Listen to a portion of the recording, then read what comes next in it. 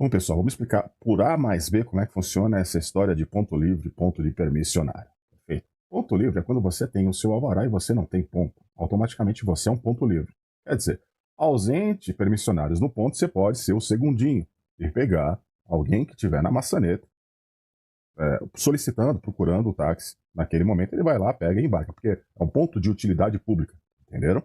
E o aeroporto, nessa situação, ele é um ponto de utilidade pública. Não tendo ninguém, qualquer taxista poderia entrar lá, embarcar e pegar o passageiro. Perfeito? Só não lá em cima, porque lá em cima são os permissionários do ponto 606 e a cooperativa que vende o seu prefixo a R$ 100.000 e comercializa a sua mensalidade em R$ 1.200. O interessante é que 2 mensalidades dessa cooperativa pagaria o prefixo desse rapaz que se apresenta como vendedor de um ponto livre.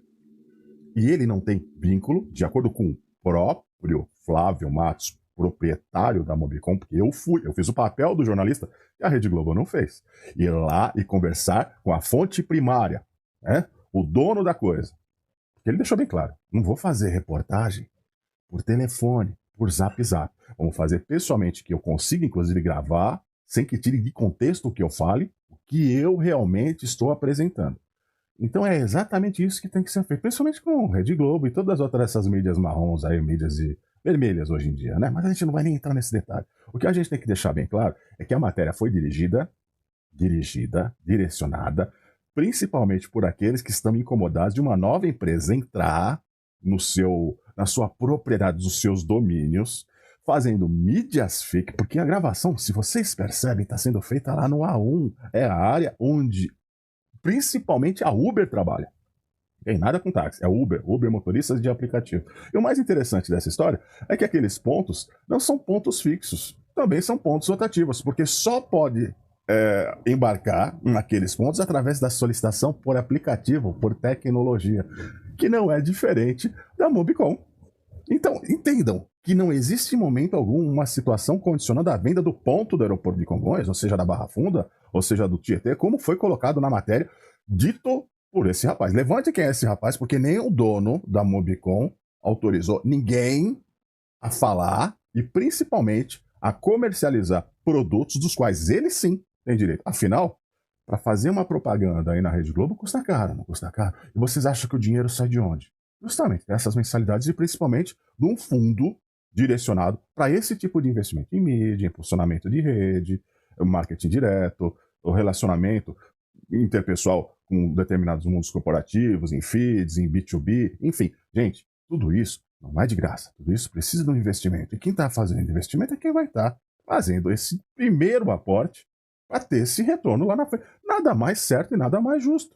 Mesmo porque, como eu mesmo coloquei anteriormente, o preço desse prefixo, meu amigo, ele está justamente o preço de 2 mensalidades dessa cooperativa que está incomodada. Você imagina, o preço da mensalidade é 1.200. É praticamente 3 vezes mais aquilo que o rapaz disse que iria cobrar de mensalidade. Sabe o que é? A debandada de todos dessa cooperativa para a Mobicom.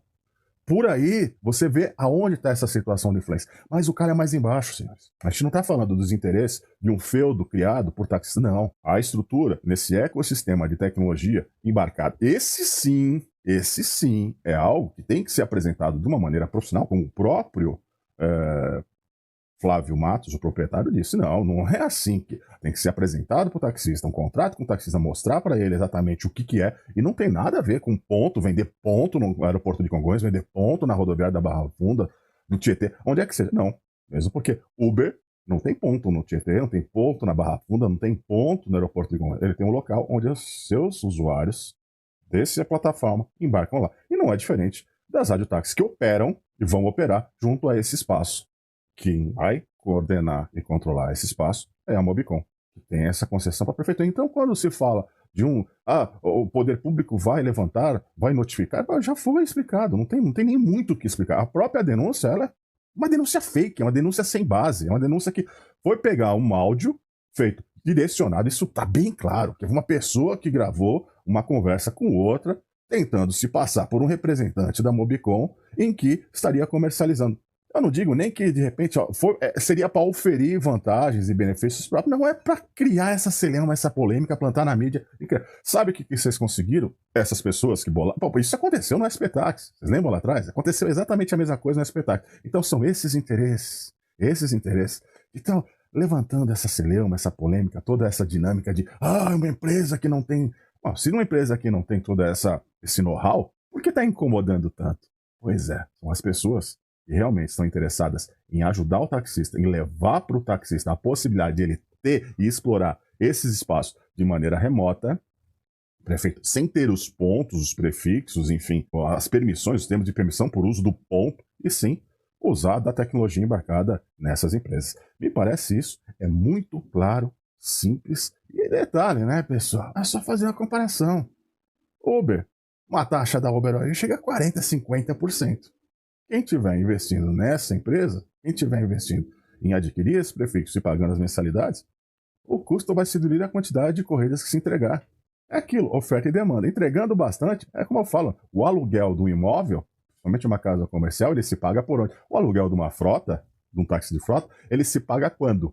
Quando o taxista ele tem uma movimentação boa. Se ele trabalha e tem um faturamento alto, beleza, o aluguel da diária da frota e do veículo é baixo. Concorda? Agora, se ele não trabalha, se ele não tem um faturamento, aí passa a ser bem oneroso pagar uma frota. É bem simples, é investimento e retorno, é oferta e demanda. É exatamente o que a Uber chama ali de tarifa dinâmica. E a gente sabe muito bem que, no caso deles, a exploração, principalmente do usuário e mais ainda do seu parceiro comercial, o motorista de aplicativo. E em breve vai ser substituído aí pelos veículos autônomos. Se entenderam e gostaram do vídeo, concorda comigo? Deixa o like, pessoal, aqui embaixo. Se não gostaram, não entenderam, fala, não é nada disso. Me explica. Pode deixar o dislike, mas me explica aqui embaixo. Que de repente eu não estou enxergando algo que você vem nos mostrar. Olha, Elvio, não é isso, não é assim, não é assado. Mesmo porque existe essa portaria, eu quero aprender, estou aqui para aprender. Eu sei até onde foi me passado e principalmente o que está escrito nas portarias, nos decretos, nas leis da cidade de São Paulo, no modal táxi, tanto disciplinares como operacionais. E em cima disso, a gente transfere o nosso know-how e principalmente a nossa opinião aqui no nosso canal. Valeu, abraço, fique com Deus, até o próximo vídeo.